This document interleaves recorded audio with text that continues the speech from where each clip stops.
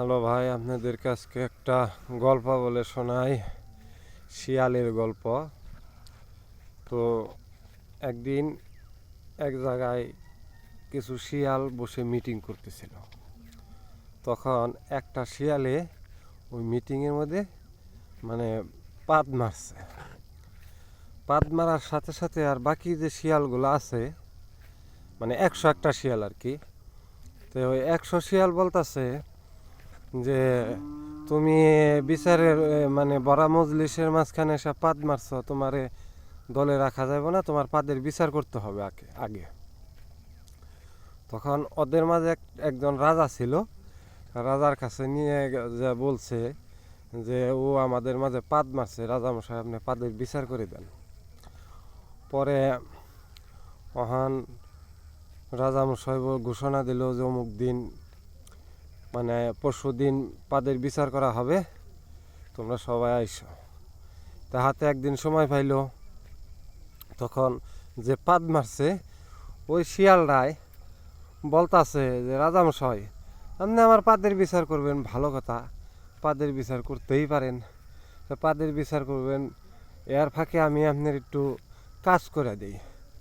তখন রাজা বলে যে সেটা কি কাজ? যে আপনার বাড়ির পূর্ব পাশে আমার 1 বিঘা জমি দিবেন, সেখানে আমি আপনার স্বর্ণক্ষেত করে দেব। তখন রাজামশাই লোভে পড়ে গেল। লোভে পড়ে ওই বিচারের কথা তলে ফালাইয়া দিল। তলে ফালাইয়া দেওয়ার পরে ওই শিয়ালরে 1 বিঘা জমি দিছে। তখন হলো শীতকাল। তো ওই শিয়াল কি করছে, সারা জমি মানে খেমছিয়া দুবলা গাছ লাগাই দিছে। দুবলা গাছ লাগানোর পরে কিছুদিন গেছে, তখন ওই রাজামশাই ওই পণ্ডিতরে ডাকছে যে তুমি কীরকম স্বর্ণক্ষেত করলা, আমাদেরকে একটু দেখাইলে না? তখন ওই শিয়ালে বলে যে রাজামশাই আপনি কালকে ভোরবেলা আপনার বাড়ির পূর্ব পাশে বারান্দায় দাঁড়ায়া আপনি যে জমিটা আমারে দিছেন, এই জমির দিকে একটু তাকায়া দেখেন কীরকম স্বর্ণক্ষেত করছি। তখন ঠিক তারপরের দিন রাজামশাই সকালবেলা বারান্দায় দাঁড়ায়া দেখে খালি ঝিলমিল ঝিলমিল ঝিলমিল নইছে। আসলেও ঝিলমিল লইছে, ওটা সারা রাত্রি বেলা যে কুয়াশা পড়ছে, ওই কুয়াশার পানি দুবলা গাছের ডগায় বাইজা রয়েছে। তাই সকালবেলা ওই যে সূর্য উঠছে, ওই সূর্যর আলোতে ওই কুয়াশার পানিগুলো চিকমিক নইছে। তো রাজামশাই বললো আসলেও তো স্বর্ণক্ষেত করে দিচ্ছে, কিসের ওর পাদের বিচার আর করবো, আমি এখন কোটিপতি হয়ে গেছি, আমার আর পাদের বিচার করতে হবে না। তখন আরও কিছুদিন গেল। তখন রাজামশাই বলতেছে আসলে তাহলে তুমি স্বর্ণক্ষেত করে দিলে আমার স্বর্ণক্ষেত তুলে দাও, স্বর্ণ উঠাইয়া দাও। তখন ওই পণ্ডিত মশাই বলে যে আসলে ও রাজামশাই ওই স্বর্ণ যে তুলবে আমি তো তুলতে পারবো না, আমি তো পাদ মারছি, যে পাদ না মারছে সেই যে এই স্বর্ণ তুলতে পারবো। তখন রাজা একটা চিন্তায় পড়ে গেল।